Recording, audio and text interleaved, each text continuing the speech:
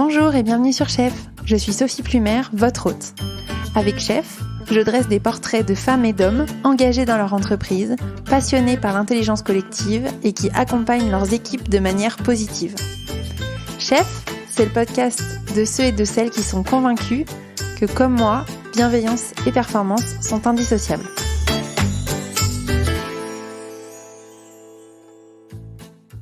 Je suis ravie de vous retrouver pour ce nouvel épisode. Pour démarrer l'année 2022, j'avais envie de vous parler d'une valeur et d'une compétence en management qui me tient à cœur, la transparence. Je n'avais pas encore rencontré la bonne personne jusqu'ici pour aborder ce sujet, et parfois il faut savoir se laisser guider par la vie et par les rencontres. C'est au détour d'une conversation avec Annabelle Bignon, la cofondatrice de Maria Schools, que nous avons, sans le vouloir, parlé de transparence, et son approche m'a beaucoup plu, alors je l'ai invitée à témoigner sur Chef. La première chose qui m'a plu chez Annabelle, c'est qu'elle a cette qualité, assez rare je dois dire, à prendre de la hauteur sur les sujets, à donner une vision, et en même temps à être très concrète dans ses explications et avec des exemples d'action bien précis. Avec Annabelle, j'ai cherché à savoir pourquoi la transparence était une valeur importante pour elle, qu'est-ce que ça lui apporte en tant que manager et chef d'entreprise, dans quelle situation elle applique la transparence, comment elle a appris aussi à être transparente, et enfin quelles sont les pratiques très concrètes qu'elle a mises en place dans son entreprise. Nous avons parlé de gestion des départs, qui est quand même un sujet très touchy, notamment pour des petites équipes très soudées. Nous avons aussi parlé un peu de rémunération, de feedback. Annabelle, je vous l'ai dit, elle est la cofondatrice de Maria Schools. Maria Schools, c'est vulgairement un organisme de formation, mais c'est bien plus que ça. C'est des écoles qui forment les collaborateurs de manière innovante et avec une vision de l'entreprise très humaniste. Donc avec Annabelle, nous avons aussi parlé de formation en début d'épisode. Je vous laisse écouter ma conversation avec Annabelle Bignon. Je vous invite à partager cet épisode autour de vous, à des jeunes managers par exemple, car cet épisode est très déculpabilisant pour eux, à votre équipe peut-être, avec qui vous voulez installer plus de transparence, ou peut-être à votre RH qui s'occupe des programmes de formation. Je vous invite aussi à vous abonner et à laisser un commentaire et une note sur votre application de podcast préférée. Cela m'aide énormément à faire connaître Chef. Je vous souhaite une bonne écoute et je vous retrouve en fin d'épisode pour le débrief. Bonjour Annabelle, bienvenue sur Chef. Salut Sophie, merci de m'accueillir. Merci à toi de m'accueillir, on est dans vos superbes locaux de Maria Schools, dans le 2e arrondissement, avec plein de couleurs et beaucoup de chaleur. Alors Annabelle, tu es la cofondatrice de Maria Schools, qui est un campus d'école qui forme l'avant-garde des collaborateurs.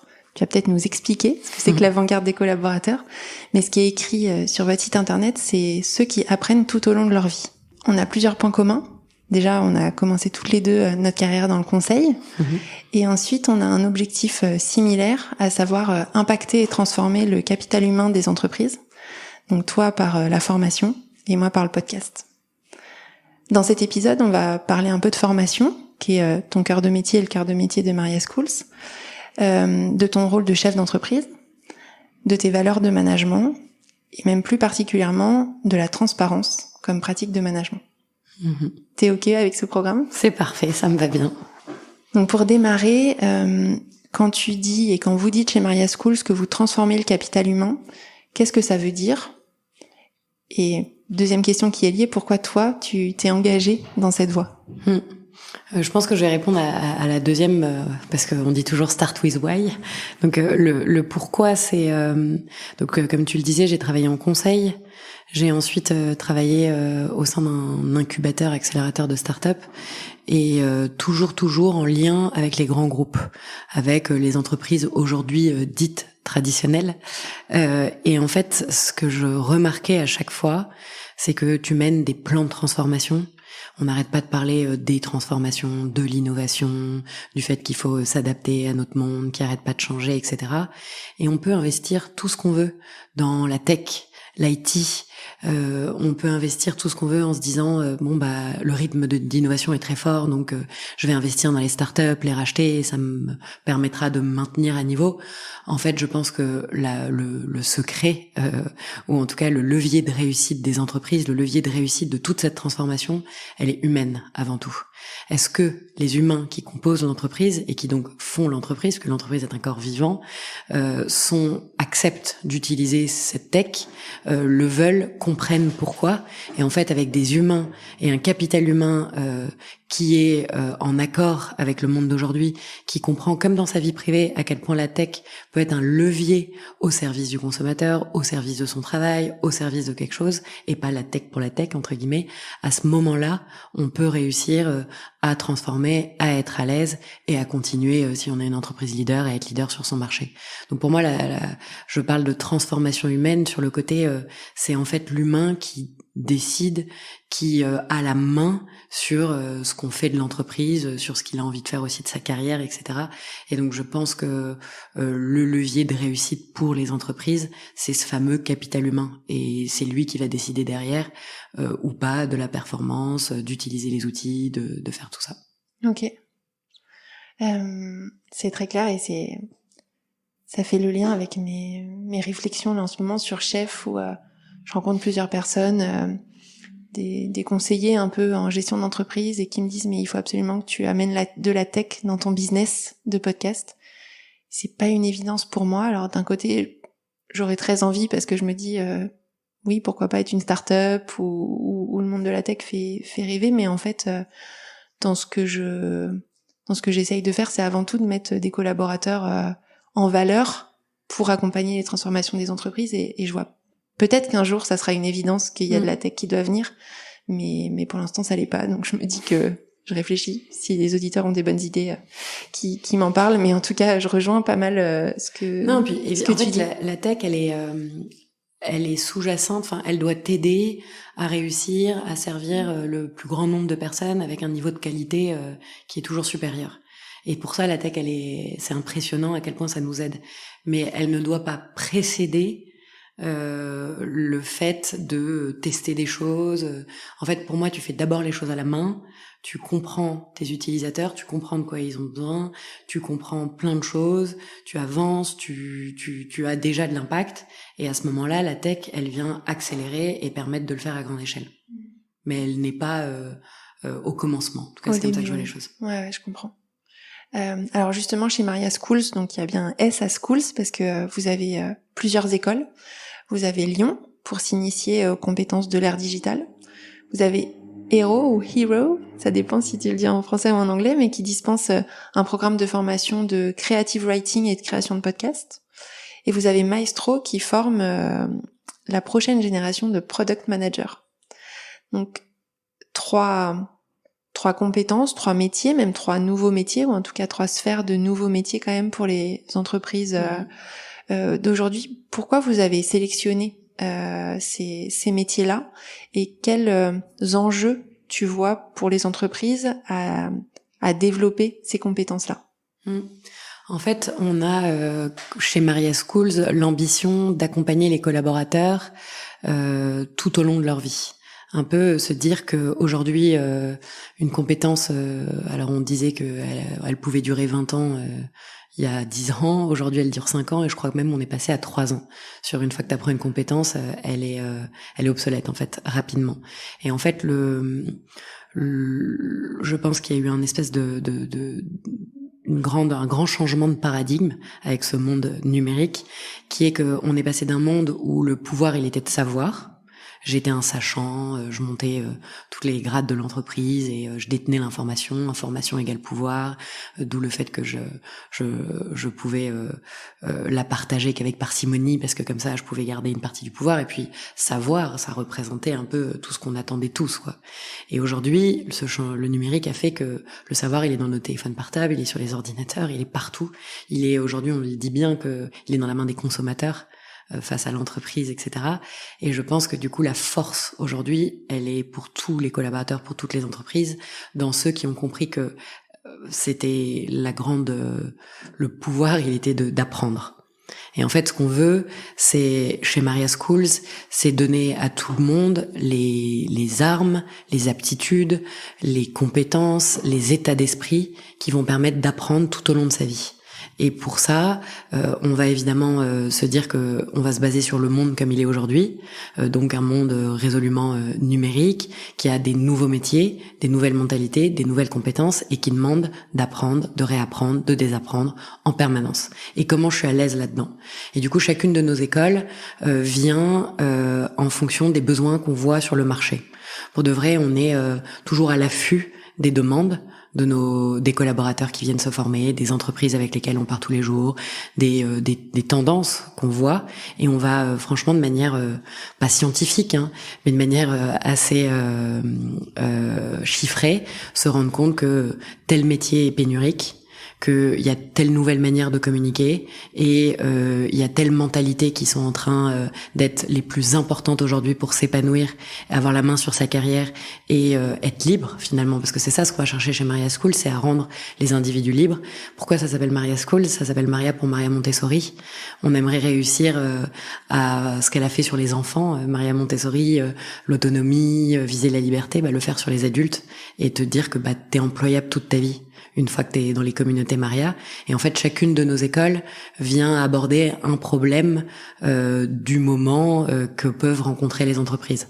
On a besoin d'individus qui sont dans une attitude d'apprentissage permanente, de tests, etc.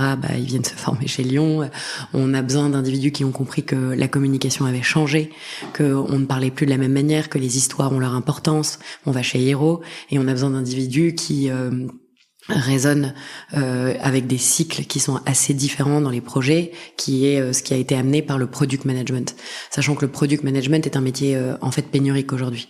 On a besoin de plus en plus il n'existe plus d'entreprise qui n'a pas au moins un site internet ou une application, et du coup les product managers c'est un métier de plus en plus demandé, et c'est comme ça que chez Maria Schools on va à chaque fois construire des programmes en fonction des besoins du marché. Ok.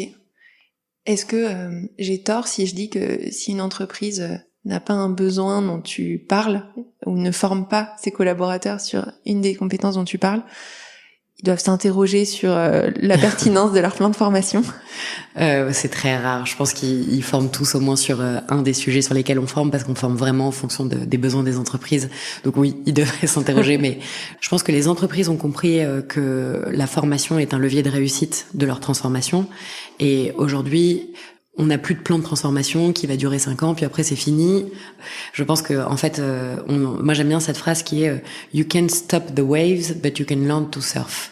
Donc on peut pas arrêter les vagues, mais on peut apprendre à surfer. Et en fait, ce qui est intéressant, c'est de comprendre que c'est les vagues et pas la vague. Et qu'en fait, le changement, il est permanent, il est tout le temps, c'est la nouvelle norme. Le Covid là-dessus a été pour moi une bonne leçon d'humilité. Le tsunami. Exactement. Et en fait, la compréhension que effectivement, tout est imprévisible. Et effectivement, il va falloir vivre dans un monde dans lequel la grande force, elle va être d'apprendre, d'être adaptable. Et à partir de là, on comprend à quel point la formation change la donne. Et du coup, c'est comment on fait comprendre aux entreprises et même à tous les individus que se former tout au long de la vie, c'est super important. Et c'est pour ça que, d'ailleurs, tu l'as bien prononcé, on a mis Maria Schools, on utilise des mots anglais, mais pour de vrai, c'est les écoles. Et parfois, il y a des gens qui me disent, pourquoi t'appelles ça une école? C'est des organismes de formation. Alors moi, je déteste le mot formation, parce que qui dit formation dit formatage. Or, on veut faire tout le contraire.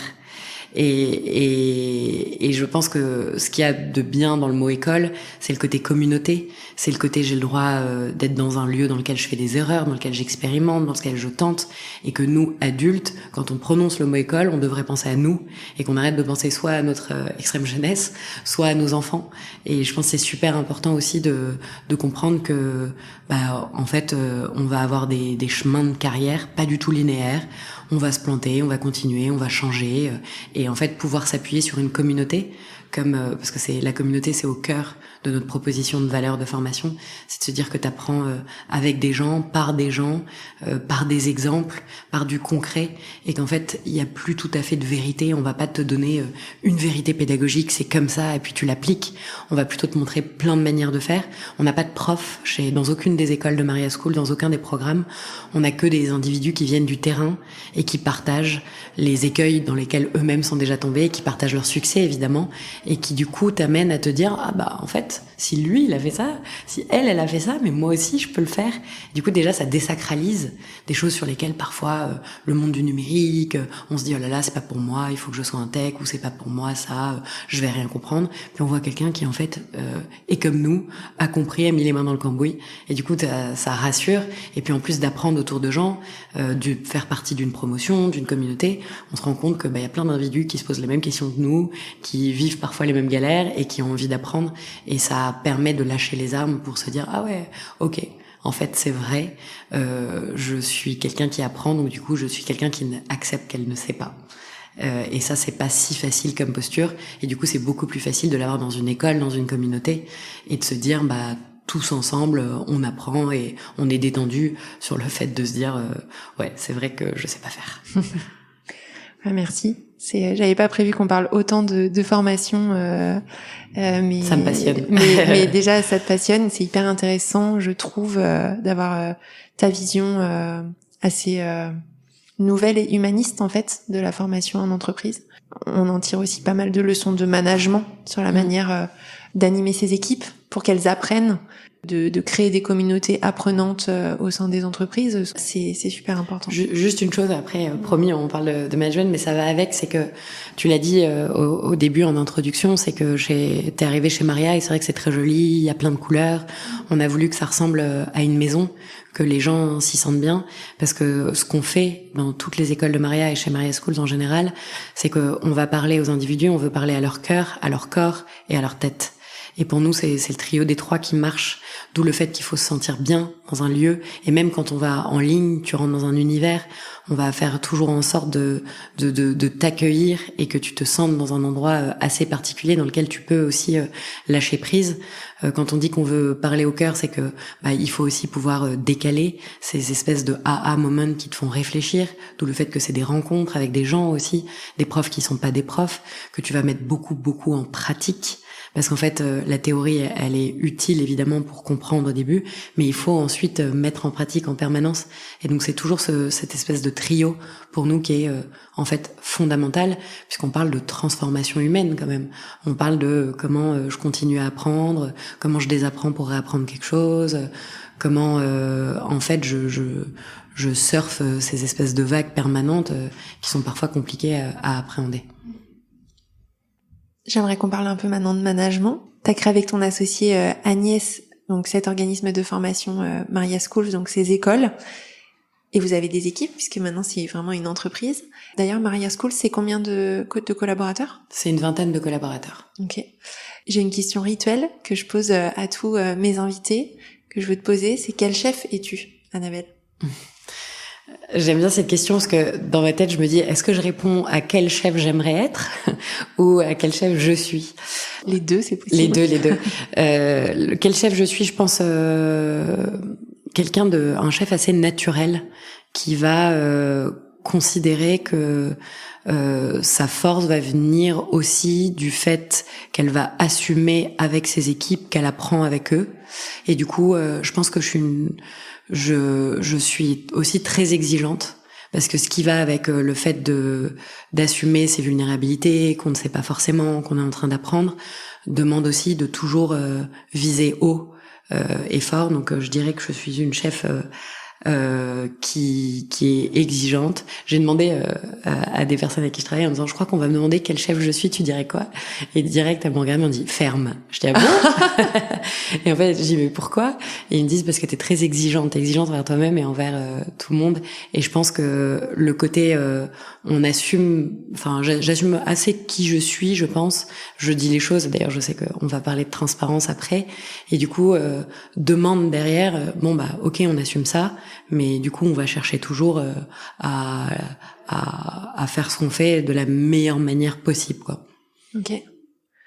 Et quel chef tu aimerais être? Est-ce que c'est la même chose? Ouais, non, bah évidemment. Je pense que là où j'aimerais encore plus aller et être, pour moi le plus important et ce qui me guide, alors j'espère que je le suis quand même un peu, c'est toujours me dire donner l'exemple, lead by example. Et ça pour moi c'est un truc qui reste. J'ose espérer que je le suis quand même.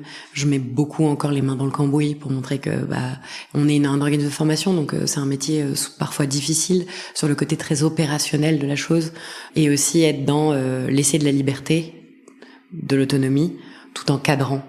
Et donc en fait c'est guider, cadrer, tout en laissant libre. Ça c'est pour moi des choses qui me guident dans le manager que j'ai envie d'être. Ok. Quand on a préparé un peu l'interview, une des valeurs que j'ai ressenties très forte chez toi, c'est la transparence dans ta relation avec tes équipes, dans ta manière de les animer. Est-ce que tu peux m'expliquer pourquoi c'est une notion qui est importante pour toi et peut-être comment tu l'appliques au quotidien? Ouais, alors pourquoi c'est important? Parce que je pense que j'ai la chance peut-être, j'aime pas les non-dits. Je trouve que ça vient enrayer des roues et que du coup ça empêche la fluidité.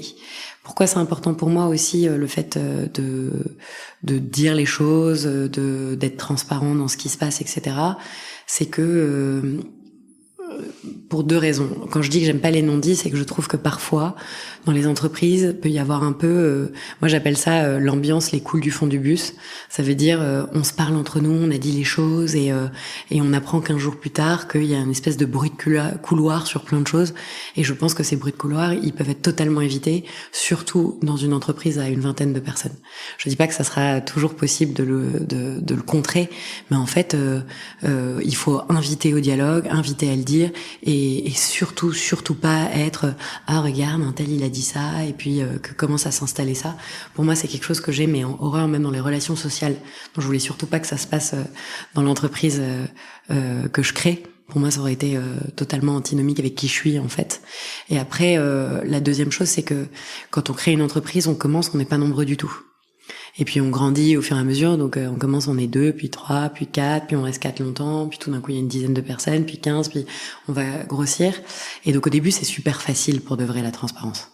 Pour début, en fait on partage tout avec les premiers employés, et en fait c'est au fur et à mesure qu'on comprend. Enfin en tout cas pour moi c'était facile parce que c'est mon caractère de dire les choses. C'est, je trouve que c'est une manière d'embarquer ses collaborateurs que de dire voilà ce qui est en train de se passer, voilà les difficultés, voilà. Et ensuite c'est un savant équilibre entre dire mais ne pas affoler, dire mais ne pas inquiéter, et dire pour motiver en fait aussi. Et il faut savoir un peu faire le tri. Et je pense que là moi où je dois progresser, et j'espère que j'ai déjà un peu progressé, c'est que j'ai appris à dire les choses en mettant des filtres, alors qu'avant je disais tout sans filtre. Et qu'en fait il faut comprendre que parfois on peut inquiéter. Des choses qui nous inquiètent pas, il reste X mois de cash, trucs comme ça, comprendre à qui on parle, à quel moment on le dit, et expliquer derrière, plutôt que de dire les choses un peu de manière abrupte que j'avais tendance à faire et que j'ai tendance à moins faire, et avoir compris que en fait le rôle aussi de manager c'est de savoir dire avec le bon dosage et pour toujours motiver, et pas en fait donner son stress. On n'est pas là pour ça, au contraire il faut le retenir.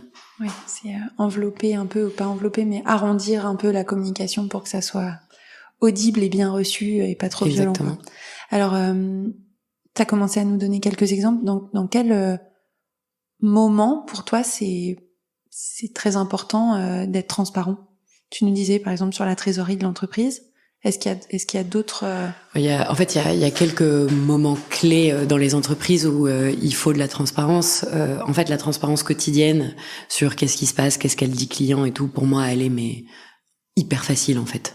Il faut que toutes les équipes soient transparentes sur ce qui se passe, même les difficultés, tel client a pas été content, etc. Pour moi, celle-là, elle est facile. La transparence plus difficile, ça va être le départ de quelqu'un, typiquement. Il y a quelqu'un qui part, très apprécié dans la boîte, comment on le gère, ou au contraire, quelqu'un très apprécié dans la boîte dont tu veux te séparer. Et donc là, pareil, comment on le gère. Et je pense que ça, c'est des transparences. Moi, honnêtement, je les ai apprises. Ça m'est arrivé de pas être transparent. On a eu, il y a longtemps maintenant, il y a 2 ans, un départ qui était difficile.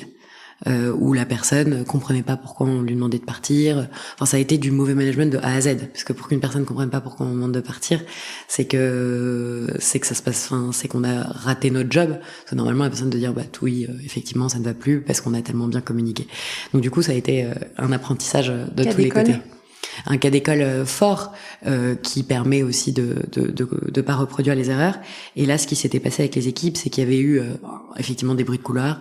Ah, mais ça se fait pas. Ah, mais pourquoi, etc. Et du coup, on avait pris un moment que en interne, on avait appelé le devoir de s'asseoir. Et du coup, on s'est assis. On était moins nombreux à l'époque. On s'est assis tous et on a ouvert le dialogue. Qu'est-ce que vous en pensez? Qu'est-ce qui s'est passé? Qu'est-ce que ça vous fait dire? Qu'est-ce qu'on peut vous raconter? Comment on peut désamorcer cette espèce de situation qu'on avait sentie s'envenimer? Et ça, c'était... et depuis, je pense que ça m'a appris à gérer les départs et on en parle de manière hyper transparente. On prévient tout le monde. Et il y a plus du tout, pour l'instant, je dis pas que ça se reproduira pas, en tout cas de sujets là-dessus qui nous ont été remontés. Je l'ai plus vu parce qu'on essaie de le gérer.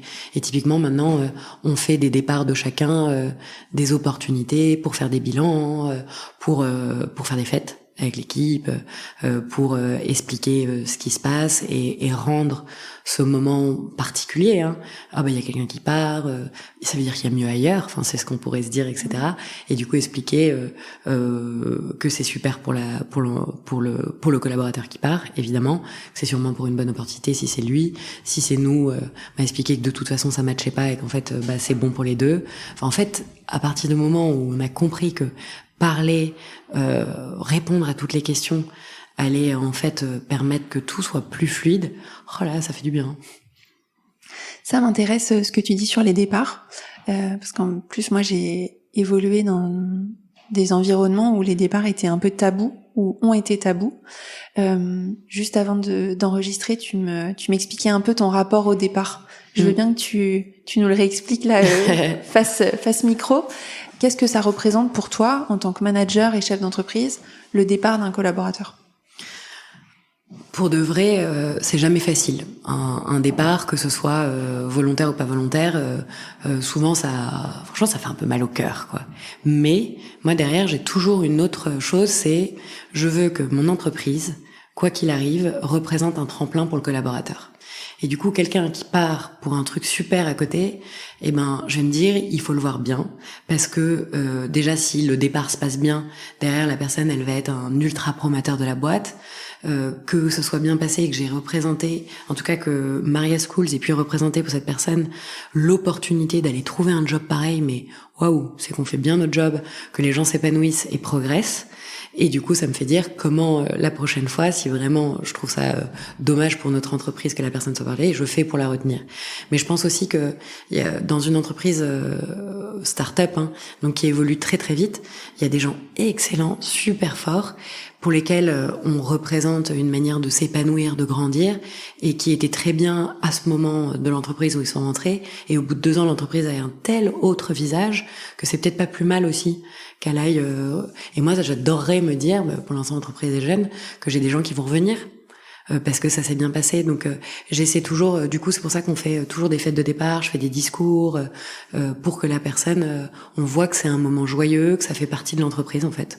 L'entreprise est un corps vivant comme je disais au début, et donc il y a des gens qui partent, qui reviennent, pour moi il faut vraiment pas le rendre tabou, et il faut essayer d'y voir, qu'est-ce qui est positif dans ce départ et comment on fait pour que ce qu'il y a de positif, ça revienne. Nous, on a quand même beaucoup de freelance avec lesquels on travaille. On a des profs qui viennent, qui sont du coup des personnes du terrain. Donc à chaque fois, je me dis il reviendra mon prof. Et voilà. Et ça, je pense que c'est à partir du moment où on arrive à en fait arrêter de le rendre personnel ce départ. Et c'est difficile quand c'est sa boîte de pas le vivre personnellement, mais en fait c'est comment on voit le verre à moitié plein.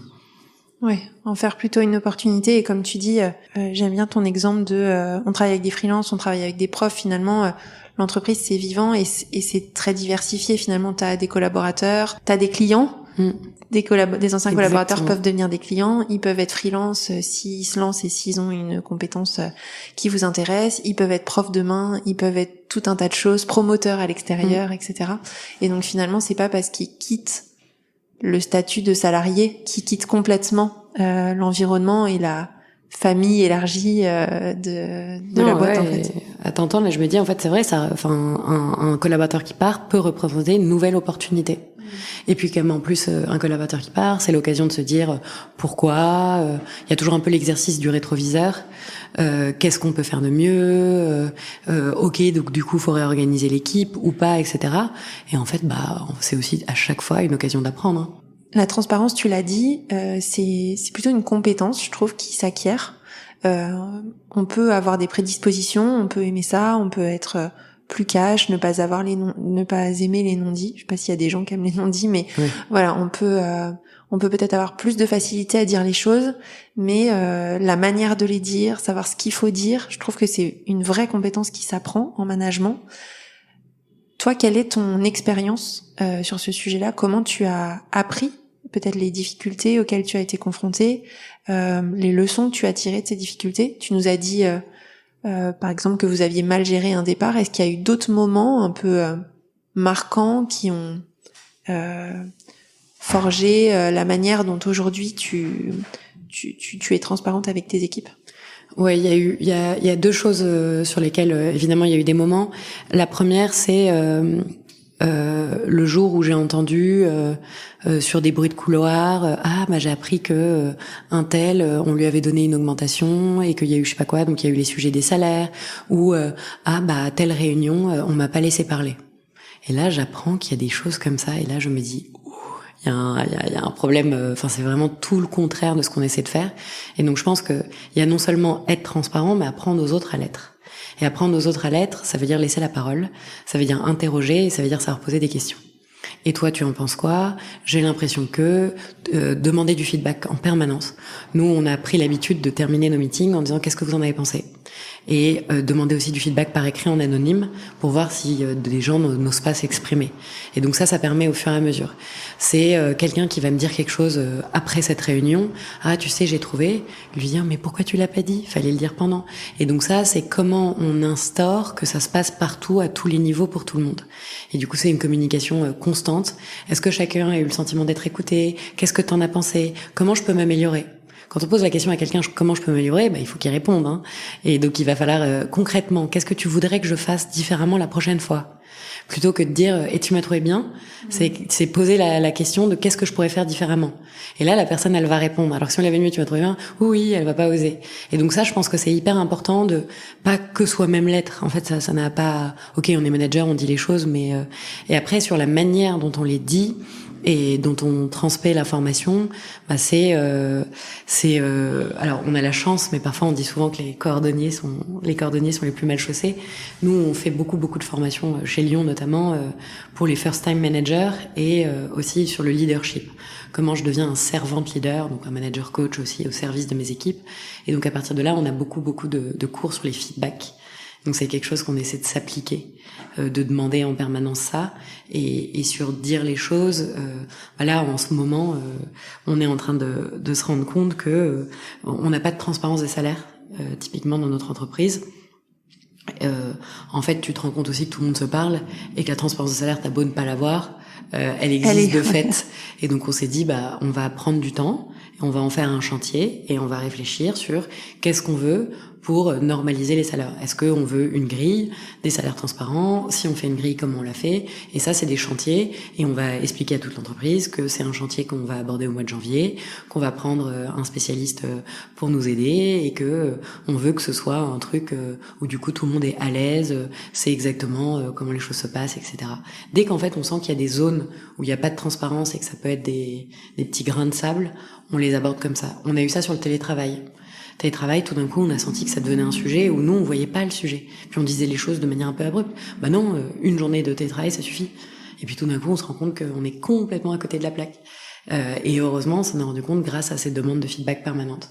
Là, on a fait un chantier, on a fait travailler tous les gens de l'équipe. Et aujourd'hui, on avait mis en place un test jusqu'à fin octobre sur le fait qu'en fait c'était ni un droit ni un devoir ni en fait quelque chose qu'il faut demander, et que le télétravail doit être naturel, et que si tu veux en faire t'en fais, et voilà. Et en fait depuis ça se passe super bien, c'est plus un sujet, et donc voilà un peu comment on fait et on apprend.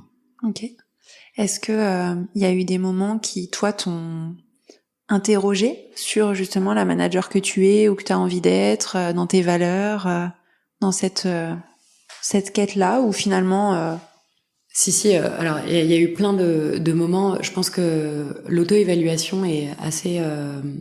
En fait, moi j'aime bien. On a des valeurs d'entreprise et un peu se demander concrètement cette semaine, le mois dernier, comment j'incarne ces valeurs-là. Parce que quand on a le côté diriger en entreprise et on a le côté manager en direct.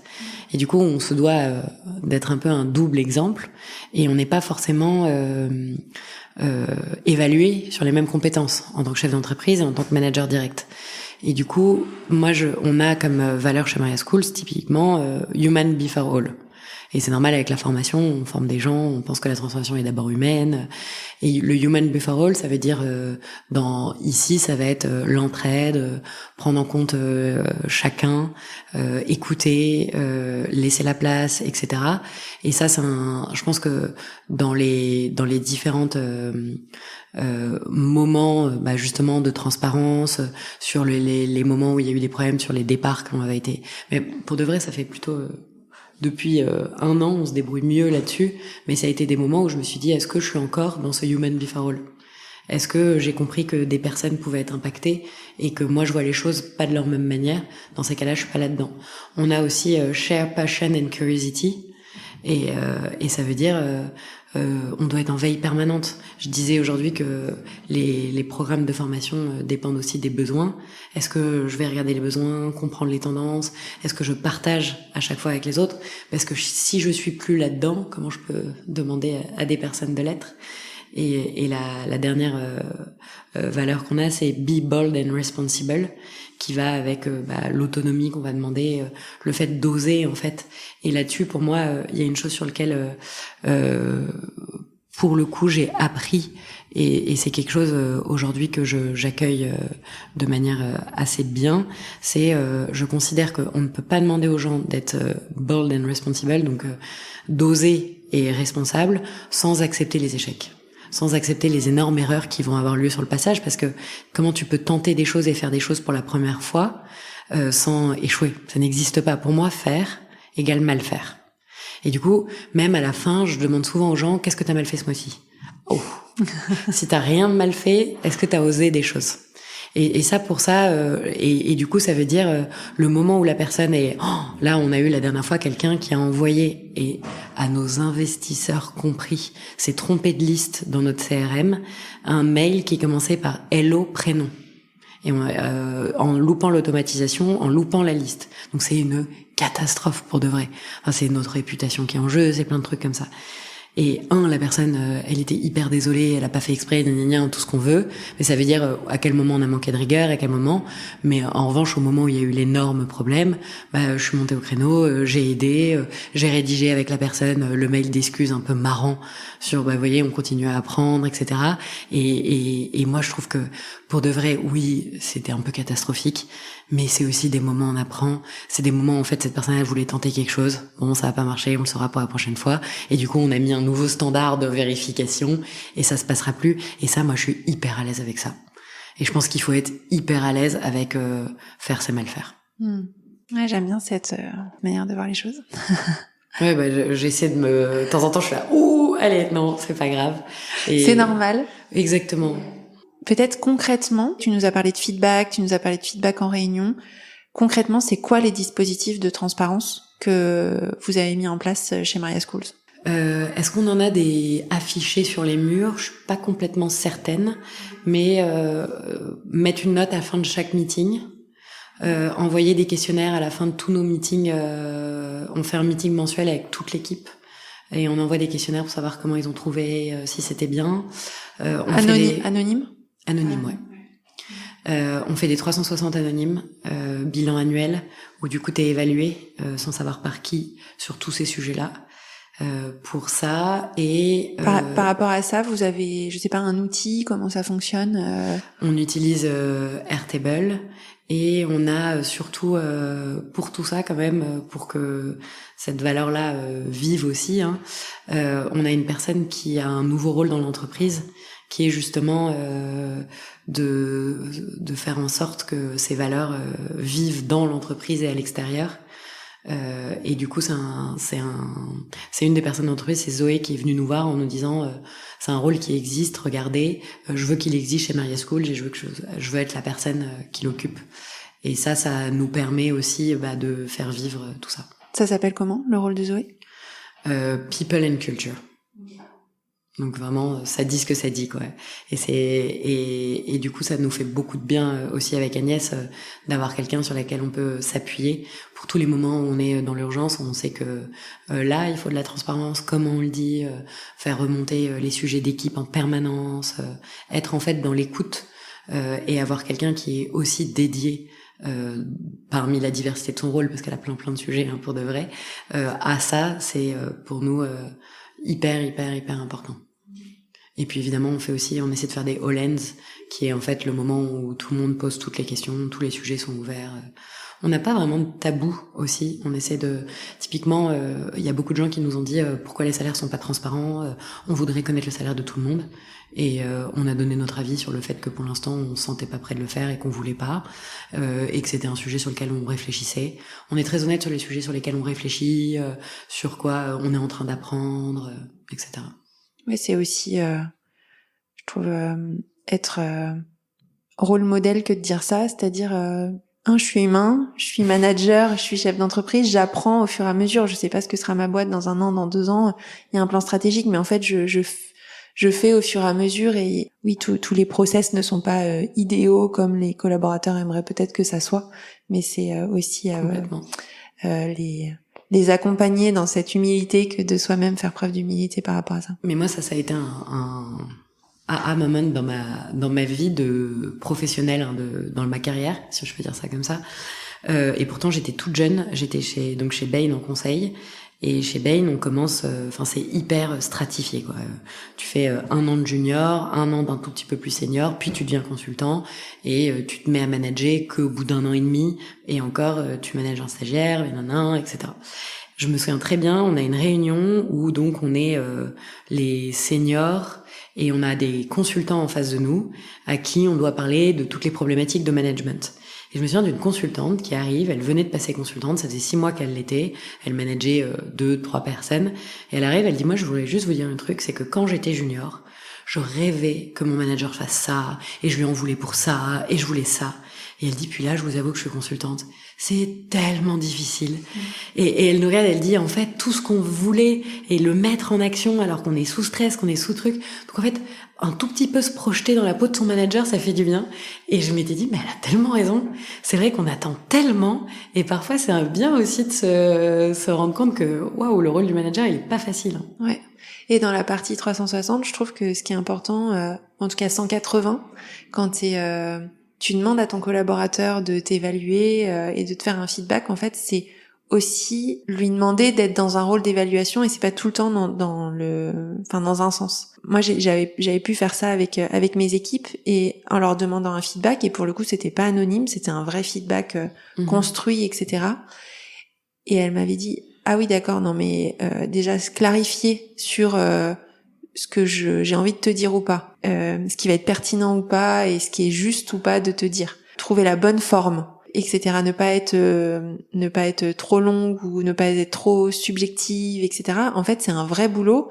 Et donc, je comprends que quand toi, tu me fais un feedback ou quand tu fais mon entretien annuel, je comprends que tu le bosses et je comprends la difficulté que c'est. Et du coup, je serais peut-être un tout petit peu moins exigeante avec toi la prochaine fois, tu vois. Exactement. Non, mais c'est pour ça que c'est un bon exercice. Ouais, on a eu les mêmes feedbacks là parce qu'on a vraiment demandé des feedbacks un peu longs, écrits. Après, nous, on a tendance à aussi beaucoup revenir sur à chaque fois comment telle personne incarne les valeurs dans la boîte. Est-ce que tu trouves des exemples pour voir où est-ce que on peut tous s'améliorer aussi par rapport à ça, et donc c'est aussi un bon exercice que de t'évaluer et de voir comment tu peux progresser en fonction de ce que je disais sur le human before all, sur la curiosité, sur la quête de l'excellence. Et ça, c'était une bonne manière pour nous d'apporter du feedback en te basant sur les valeurs. Plutôt que d'aller direct sur quand tu fais ça, non. Ok, bien noté. On arrive à la fin, Annabelle, de notre échange. Est-ce qu'il y a quelque chose que tu aimerais ajouter pour nos auditeurs et nos auditrices de chef? Quelque chose que tu aurais aimé dire et que t'as pas eu l'occasion de dire? J'ai eu l'occasion de dire plein de choses, donc ça va. Non, la dernière chose, c'est que, un peu de la même manière que toutes les compétences, c'est que, en fait, manager, ça s'apprend. Moi j'avais trop tendance à croire que c'était inné. Soit t'es un bon manager, soit t'es un mauvais manager. Après, il y a des gens, je peux comprendre, qui vraiment ne ressentent pas aucun plaisir. Et que dans ces cas-là, il y a des voies d'experts qui peuvent exister, etc. Mais qu'en fait, à partir du moment où on a pigé que ça s'apprend, qu'on peut progresser, ça peut être hyper agréable de manager, parce qu'on voit aussi les progrès qu'on fait, et que avoir une conversation difficile, ça s'apprend, donner un feedback, ça s'apprend, comprendre où est-ce qu'il faut se situer en tant que manager dans l'aide, comment on délègue et tout, ça s'apprend. Et à partir de là, c'est aussi très rassurant, je trouve, de se dire que on peut progresser, on peut apprendre, et que du coup on peut devenir meilleur à chaque fois. Merci beaucoup. Je t'en prie, merci à toi. Peut-être une dernière chose, comment on fait pour suivre les aventures et se renseigner sur Maria Schools, suivre vos formations, parce que vous faites des formations en B2B mais aussi en B2C. Comment ça se passe? Effectivement, on a 3 types de programmes. On a des programmes gratuits qui sont sélectifs, auxquels on peut s'inscrire, qui ont souvent lieu les samedis et des journées où les gens sont libres. On a des programmes avec des classes auxquelles tu t'inscris, et on a des programmes pour le coup sur mesure. On va s'adresser directement à la problématique qu'a l'entreprise, et généralement on va faire levier de tout ce qu'on a appris grâce à nos écoles. Et pour tout suivre et comprendre, nos sites internet, mais aussi LinkedIn, on est très présent sur LinkedIn, avec suivre Maria Schools, Join Lion, Join Maestro et Join Hero. Et là, on partage beaucoup de contenu et en fonction de ce qui intéresse les différentes personnes. On fait plein d'événements, plein de choses, et tout est toujours relayé sur LinkedIn. Ok. Merci beaucoup, Annabelle. Merci à toi.